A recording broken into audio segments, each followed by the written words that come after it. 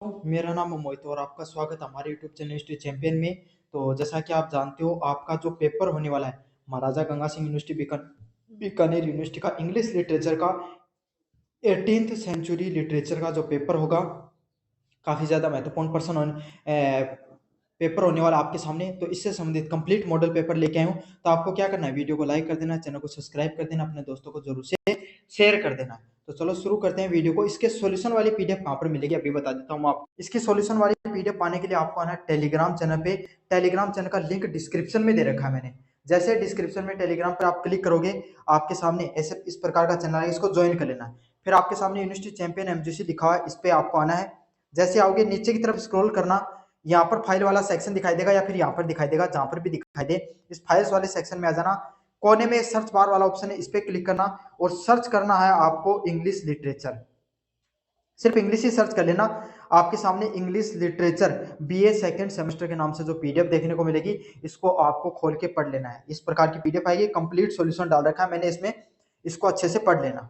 साथ के साथ आपको क्या करना है, आपको इससे संबंधित और वीडियो देखना चाहते हो, डिस्क्रिप्शन में लिंक दूंगा आपके सामने जो अन्य वीडियो का, उस पर क्लिक करके आप जरूर से देख लेना। प्लेलिस्ट का लिंक दूंगा, वहां पर जाके जरूर से देख लेना।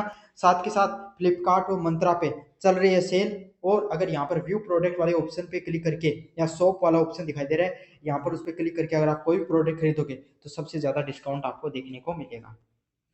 चलो शुरू करते हैं अपन यूनिट फर्स्ट से। आपके सामने सेक्शन ए आता है, इसमें से आपके सामने 10% देखने को मिलता है। 10 के 10 प्रश्नों को करना होता है अनिवार्य रूप से, और प्रत्येक प्रश्न 2 नंबर के होते हैं। तो इस प्रकार से कितने नंबर हो गए, टोटल 20 नंबर के प्रश्न आपके सामने आते हैं।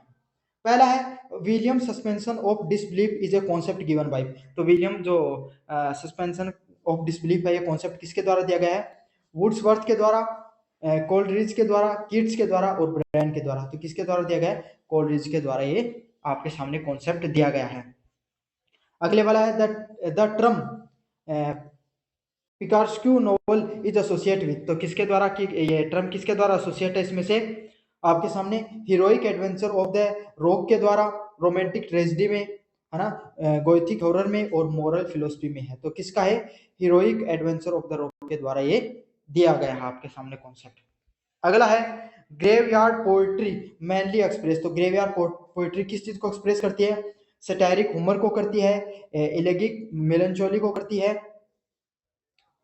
अलग पॉलिटिकल जो क्रिटिसिज्म उसको करती है, कॉमेडी ऑफ मैनर्स को करती है। किसको करती है, आपके सामने किसको करती है, इलेगिक जो आपके सामने मेलंकोली को एक्सप्रेस करती है। अगले वाला है comedy of manners depicts of following. तो किसको करते हैं, कंट्री लाइफ को करते हैं, अपर क्लास सोसाइटी को करते हैं, रोमांटिक आइडियाज को करते हैं और पॉलिटिकल रिफॉर्म्स को करते हैं। किसको करते हैं, आपके सामने अपर क्लास सोसाइटी है उसको एक्सप्रेस करने का इनका कार्य होता है। अगले वाला है the new class period is also known as. तो न्यू क्लास पीरियड है वो किससे संबंधित था, आपके सामने द एज ऑफ रीजन से संबंधित था, डार्क एज से संबंधित था, एज ऑफ चाउफर से संबंधित था और द विक्टोरियन एज से संबंधित था आपके सामने। तो द एज ऑफ रीजन से संबंधित था आपके सामने। अब फिर आपके सामने 5 क्वेश्चन एमसीक्यू के, आगे 5 आपके सामने फिलर्स वाले क्वेश्चन आते हैं। पहला, the form of poetry written to mourn the death of someone is called. तो आपके सामने कोई भी पोएट्री लिखी जाती है वो किसी भी इंसान के डेथ के ऊपर, मृत्यु के ऊपर अपन जो गीत किया जाता है उसको हिंदी में शोक गीत बोलते हैं, इंग्लिश में इलेगी के नाम से बोलते हैं। इसको किस नाम से बोला जाता है, एलेजी के नाम से बोला जाता है। समझ में आ गया आपके सामने। Couplet associate of dash successive rhyming lines. तो किससे संबंधित है, कपलेट। तो आपके सामने नाम से पता चल रहा है 2 चीजों के बारे में एक्सप्रेशन होता है। तो कपलेट में आपके कितने देखने को मिलते हैं, 2 फॉर्म्स आपको देखने को मिलते हैं। अगला है the term epistolary novels means a novel written in the form of. तो आपके सामने जो टर्म है एपिस्टोलरी नोवेल, उसका मतलब क्या है, आपको नोवेल को किस फॉर्म में लिखा जाता है, तो नोवेल को लिखा जाता है लेटर्स की फॉर्म में। किसकी फॉर्म में लिखा जाता है, लेटर्स की फॉर्म में लिखा जाता है। काफी ज्यादा महत्वपूर्ण प्रश्न है वाला। अगला है the pre romantic poets preferred the way for dash poetry. तो प्री रोमांटिक जो पोएट्स थे वो प्रीफर करते थे किस प्रकार की पोएट्री को, तो रोमांटिक पोएट्री को वो रेफर करते थे। नाम से पता चल रहा है आपको किस प्रकार की पोएट्री को रेफर करते थे, रोमांटिक पोएट्री को रेफर करते थे। अगला है satire is used to expose and dash and criticise dash in society. तो किसको करते हैं, वाइसेस एंड फॉलीज को आपके सामने क्रिटिसाइज करते हैं आपके सामने सोसाइटी को। तो ये थे आपके सामने सेक्शन नंबर ए। अब आपके सामने सेक्शन नंबर बी के देखेंगे।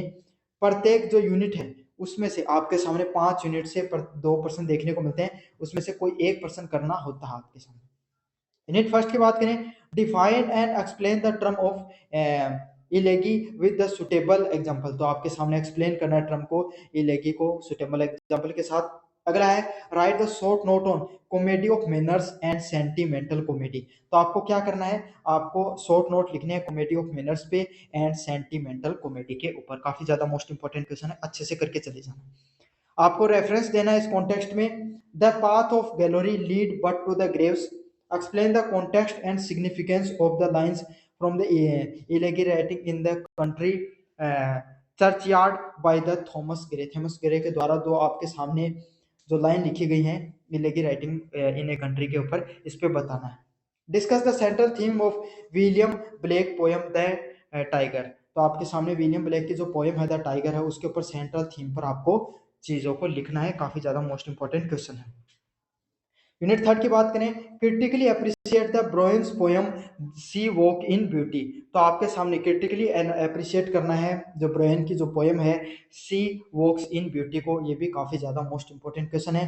Right a short note on the theme of nature in the in Keats to a skylark. तो स्काईलार्क के जो आपके सामने थीम है उसके बारे में बताना है। ये भी काफी ज्यादा मोस्ट इंपॉर्टेंट क्वेश्चन है।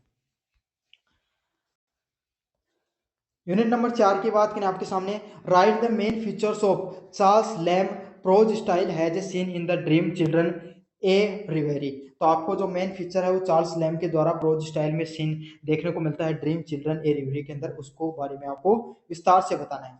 Discuss the Indian jugglers by the William Hazlitt has example of personal essay writing. तो आपको डिस्कस करना है इंडियन जगलर्स के बारे में जो William Hazlitt as example of personal essay writing में उन्होंने बताया है उस बारे में।